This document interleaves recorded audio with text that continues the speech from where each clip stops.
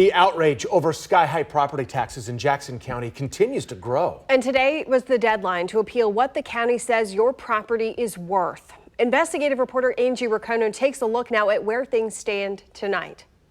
Homeowners may get a second chance to appeal, and that's why people were protesting this morning. The people who have the power to change the deadline and extend it meet tomorrow. But as many argue, an extended deadline doesn't address the fact that this assessment was fundamentally flawed and will have lasting consequences for homeowners and businesses.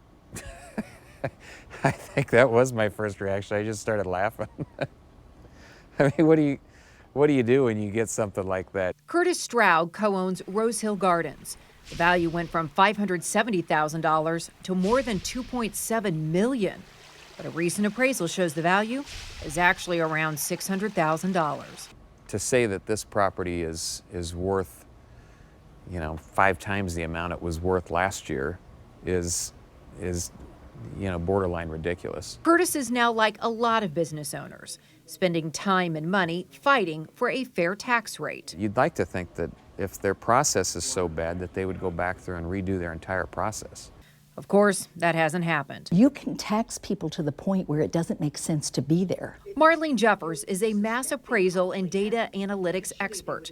She crunched numbers for 2018 commercial sales and discovered the county dropped the ball big time. If you didn't look at the market in 2018, how can you place values on property as of January 1st, 2019? 1,140 properties were sold. According to the county's own records, only 43 properties were actually verified. Shocking, but probably true. Dig a little further, and commercial properties either have no pictures or old pictures. You ever seen anything quite like this? No. No? No. The county's own numbers show that with recent sales, only 22% are even close to the acceptable range. Many are way too high, others way too low, and a lot don't even have a sales price listed. There is no way to understand how they arrived at values. I hope someday to find out.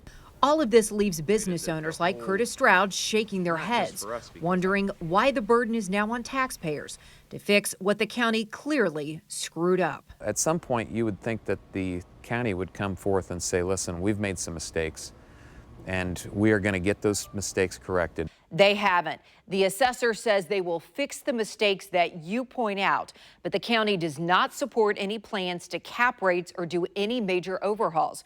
Remember, this has all led to a class action lawsuit. We will keep you posted.